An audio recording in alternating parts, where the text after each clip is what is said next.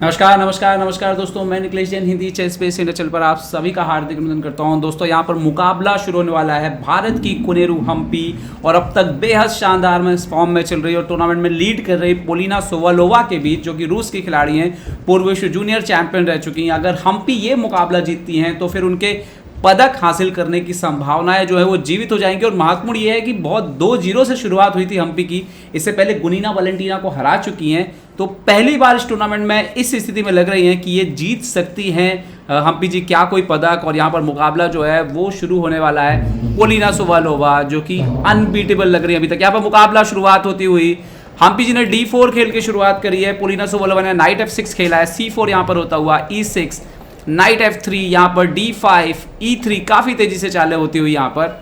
और queen's Indian में जाएगा या QGD में रहेगा, ये अगली चाल में तय होगा। B6 खेल दिया यहाँ पे पोलिना सोवालोवा ने। और कोनेरू हम्पी जी अब देखते हैं यहाँ पर क्या चुनाव करती हैं, क्या चाल यहाँ पर लेकर के आती हैं। हम्पी जी ने B3 खेला है, ओके। नाउ बिशप B7 निकलता हुआ यहाँ पर पोलिना सोवालोवा का, बिशप को जो है उन्होंने बाहर निकाल लिया यहाँ पर।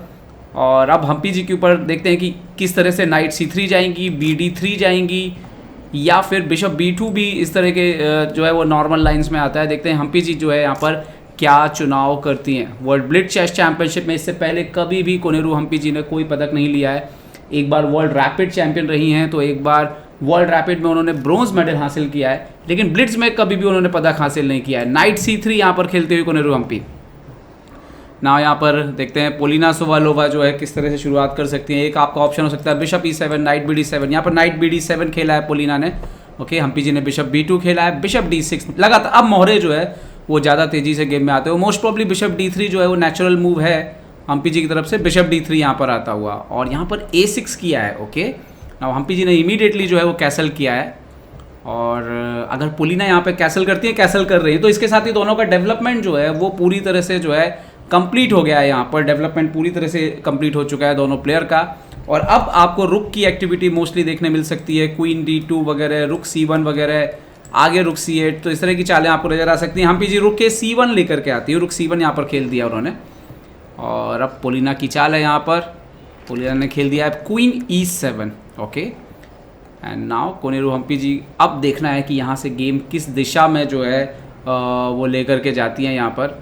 और अभी भी डाटाबेस में अगर आप जाओगे तो 312 गेम हैं इस पोजीशन में, मतलब काफ़ी कुछ जो है वो खेला गया है। और हम्पी जी यहाँ पर नाइट खेलती हुई E2 पर, ओके।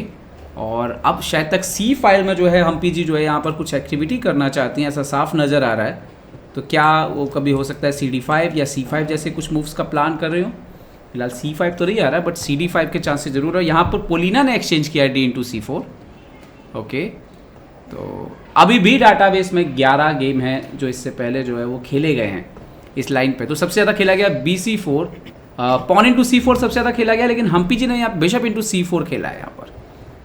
और यहाँ पर रुक को लाती हुई D8 पर, रुक FD8 लेकर के आई हैं यहाँ पर पोलिना सोवालोवा। और यहाँ पर हम्पी जी ने खेला है night G3, okay. Still game है C5। यहाँ पर बोरिस एवरुक एक प्लेयर है, ग्रैंड मास्टर, उनका गेम खेला गया। अभिजीत कुंटे इंडिया के खिलाफ खेला गया है, अभिजीत कुंटे ब्लैक से खेला है। अभिजीत कुंटे ने ये मूव यहाँ पर C5 खेला था उन्होंने भी। और इस पोजीशन पर क्वीन E2, बिशप E2 ऐसे करके दो लाइन है। क्वीन को E2 पे रखा गया है या फिर बिशप को E2 पे खींचा गया है। लेकिन अब यहाँ पे देखना होगा कि हम्पी जी जो है वो क्या सोच रही हैं। यहाँ पर हम्पी जी ने A4 खेला है दोस्तों, और ये नॉवेल्टी है, मतलब इससे पहले ये चाल कभी नहीं खेली गई है। A4 का आइडिया शायद B5 को जो है वो आगे नहीं आने देना है। यहाँ पर पोलिना जो है C/D4 मारती हुई हम्पी जी को अब चुनाव करना होगा। नाइट से मारेंगी, नाइट से ही मारा है, night into D4। Night C5 एक नेचुरल मूव है ब्लैक के साइड से, जो कि हमें देखने मतलब मुझे लगता है कि ज़रूर मिलेगा। या फिर एक आइडिया ये भी हो सकता है कि रुक को लेकर के आए वो C8 पर। बट अगर आप देखोगे तो पोजीशन अभी बैलेंस है, स्लाइड बेटर आपको बोलना होगा। लेकिन नाइट C5 के बाद शायद पोजीशन करीब करीब इक्वल है यहाँ पर पोलिना की। और क्वीन E2 खेलते हुए कोनेरू हम्पी, यहाँ पर पोलिना माहिर हैं इस मामले में, पोजीशन को बनाने के मामले में। उन्होंने बिशप D5 खेला है, बिशप D5 तुरंत ही मार लिया कोनेरू हम्पी जी ने। यहाँ क्या यहाँ पे नाइट C6 नहीं आ रहा है? कहीं पोलिना ने कुछ ब्लंडर किया है क्या यहाँ पे? क्योंकि ये तो सिंपल है, ये तो आप पॉन से मारे हैं, आप नाइट से मारे, नाइट C6 तो आ रहा है। क्या पोलिना यहाँ पर एक बड़ा ब्लंडर कर चुकी हैं, और अगर ये ब्लंडर है तो फिर कोनेरू हम्पी जी जो है इस मैच में पकड़ जो है मजबूत कर सकती है। बस उनको थोड़ा सा अपना टाइम ध्यान रखना होगा, वो करीब करीब 1 मिनट के नीचे भी जा सकता है। कई बार बहुत हमने देखा है वर्ल्ड ब्लिट्ज में उनका टाइम एक पॉइंट रहता है। खैर नाइट इंटू D5 और हम्पी जी ने बिना कोई समय गवाए नाइट C6 खेला है, और पोलिना शुवालोवा के एक्सप्रेशन से साफ नज़र आया कि उन्होंने ब्लंडर जो है वो कर दिया है यहाँ पर। और हम्पी जी के लिए यहाँ पर क्वीन को खैर पीछे लीचा, हम्पी ने नाइट इंटू D8 खेल दिया है। अभी क्वीन से मार सकते हैं D8, रुक से मार सकते हैं, तो एक्सचेंज डाउन रहेंगी। लेकिन नाइट B3 ये तो और क्रिटिकल पे जा रही हैं। ऑलरेडी एक रुक डाउन है और यहाँ पर वो एक्सचेंज पॉन मारा है उन्होंने, कहीं ये उल्टा नुकसानदायक ना हो जाए, मतलब और ज़्यादा ना नुकसान हो जाए यहाँ पर पोलिना का, क्योंकि ऐसा लगता है नाइट B7 भी आ सकता है। हम्पी जी ने क्वीन G4 खेला, वो तो बोल रही मैं चेकमेट ही कर दूंगी यहाँ पर। ओ तो ये तो स्थिति और गंभीर हो रही है मेरे ख्याल से पोलिना के लिए, क्योंकि वो रुक भी शायद बच जाए और कहीं हम्पी जी का नाइट ना बच जाए, तो उल्टा यहाँ पर पीस डाउन की स्थिति ना बन जाए कहीं। क्वीन G4 अभी तो खैर चेकमेट बचानी है आपको, और उसको आप बचाने जाएंगे तो रुक भी बच ही जाएगा। और देखते हैं क्या खेलते हैं। यहाँ पर G6 खेला है यहाँ पर ना हम्पी जी के पास, क्योंकि अभी यहाँ पे एक और चाल भी है हम्पी जी के पास। नाइट B7 भी एक इंटरेस्टिंग मूव है कि आप ये रुक को यहाँ पे देके फिर नाइट इंटू D6 आ रहा है, ये बहुत ही क्रिटिकल हो सकता है, क्योंकि आने वाले टाइम में क्वीन D4 भी आ सकता है। मेरे ख्याल से तो बहुत ही ज़्यादा विनिंग पोजीशन नज़र आ रही है यहाँ पर कोनेरू हम्पी जी की। हालांकि अभी देखते हैं कि आगे वो किस तरह से कैलकुलेट करती हैं और वो क्या चाल खेलती हैं, पर पोजीशन काफ़ी अच्छी दिख रही है यहाँ पर नाइट B7 खेलते हुए कोनेरू हम्पी। यस, तो अभी ये बिल्कुल मुश्किल में है यहाँ पर पोलिना शुवालोवा, और एक्सचेंज अप है। हालांकि नाइट C1 अगर उनको मिल जाए तो बराबर हो जाएगी बाजी, लेकिन मुझे अभी भी लगता है कि ये क्वीन D4 काफ़ी डेंजरस हो सकता है आने वाले समय में।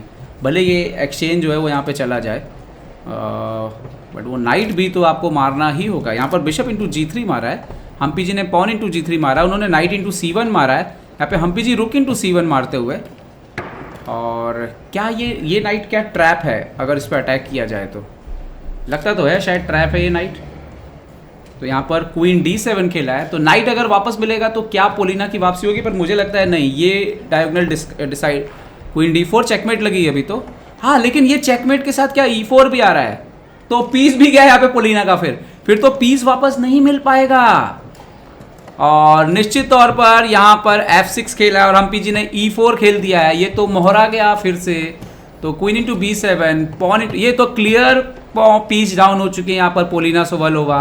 हम्पी जी क्वीन C4 खेलते हुए बिल्कुल विनिंग पोजीशन यहाँ पर, रुक D8, लेकिन ये आप कितना कंट्रोल करेंगे। विद द पॉन चेक आया है, किंग यहाँ पे मूव हुआ है, हम्पी जी क्वीन को E6 लाती हुई, रुक भी अंदर आ रहा है, रुक C7 भी आ रहा है, गेम ऑलरेडी खत्म हो चुका है। क्वीन इंटू F6 भी आ रहा है, यहाँ पर बहुत ज़्यादा बचा पाएंगी पोलिना, बहुत ही मुश्किल है। क्वीन G7, हम्पी जी रुक C8 लाती हुई, गेम के अंतिम कुछ चाल है मेरे हिसाब से, यहाँ पे ज़्यादा कुछ बचा नहीं है। क्वीन F8, रुक इंटू क्वीन इंटू, और यहाँ पर उन्होंने खेला है pawn D7, king G7, queen E8, और यहाँ पर पोलिना शुवालोवा हाथ मिलाती हुई, हार स्वीकार करती हुई कोनेरू हम्पी जी की एक कमाल की जीत आई है, क्योंकि इस जीत से हम्पी जी ने अपने पदक का जो है वो रास्ता खोल दिया। और सबसे बड़ी बात है, आप जब सबसे आगे चल रहे खिलाड़ी को हराते हो, इस तरह से हराते हो, तो कॉन्फिडेंस जो बूस्टअप होता है ना, वो अलग ही होता है। उम्मीद करता हूँ ये वीडियो आपको पसंद आएगा, पसंद आया तो लाइक शेयर और सब्सक्राइब करना ना भूलें।